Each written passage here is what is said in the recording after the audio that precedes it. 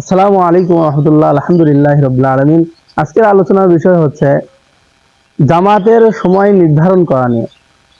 আজানের কতটুকু সময় পরে জামাতে নামাজ আদায় করতে হবে, এই সময় নির্ধারণ কে করবেন, কিভাবে করবেন? তো সবচাইতে উত্তম হচ্ছে ইমাম, মুয়াজ্জিন এবং মুসল্লিগণ সবাই পরামর্শ করে এই সময়টা নির্ধারণ করে নেবেন যে কোন সময়ে নামাজ আদায় করলে সবচাইতে ভালো হয়, সবার জন্য ভালো হয়। আর যদি মুসল্লিগণ না ওয়াকিফ হন, এ ব্যাপারে অজ্ঞ হন, তাহলে ইমাম সাহেবের ওপরেই সবর্দ করা হবে এবং ইমাম সাহেব এটা নির্ধারণ করে নেবেন। এটাই সবচাইতে ভালো হবে। হযরত জাবের রাদিয়াল্লাহু তাআলা আনহু থেকে বর্ণিত আছে, আল্লাহ রাসূল সাল্লাল্লাহু আলাইহি ওয়াসাল্লাম বলেছেন বিলাল রাদিয়াল্লাহু তাআলা আনহুকে, ইজা আযানতাল ফাতারাসাল, যখন তুমি আজান দিবে তখন তুমি ধীরস্থির ভাবে বলবে এবং উচ্চ স্বরে বলবে।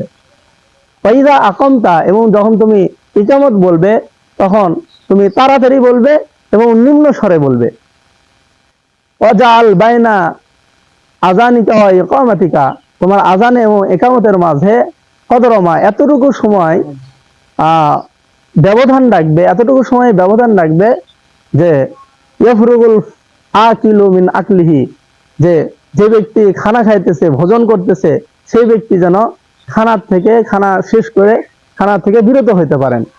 অশারিবু মিন শুরবিহি, আর যে ব্যক্তি পান করতেছেন সেই ব্যক্তিও যেন পান করা থেকে বিরত হইতে পারেন।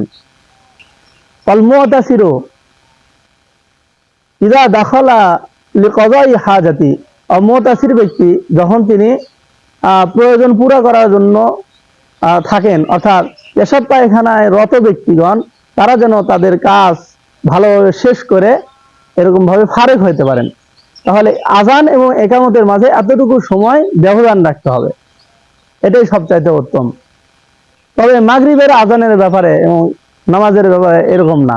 মাগরিবের নামাজের ওয়াক্ত শুরু হয় মাগরিব অর্থাৎ সূর্য ডোবার পর থেকেই, তাহলে আজানের পরেই একামত শুরু করে দেবেন। এতটুকু সময় দেরি করা যাবে না, যেই মাগরিবের আজানের পরে একামত আর আগ পর্যন্ত এই সময়ের ভেতরে 2 রাকাত নামাজ আদায় করা যায়, এতটুকু সময় দেরি করা যাবে না। আল্লাহ তাআলা আমাদেরকে এই কথাগুলোর উপর আমল করার তৌফিক দান করেন। আসসালামু আলাইকুম ওয়া রাহমাতুল্লাহ।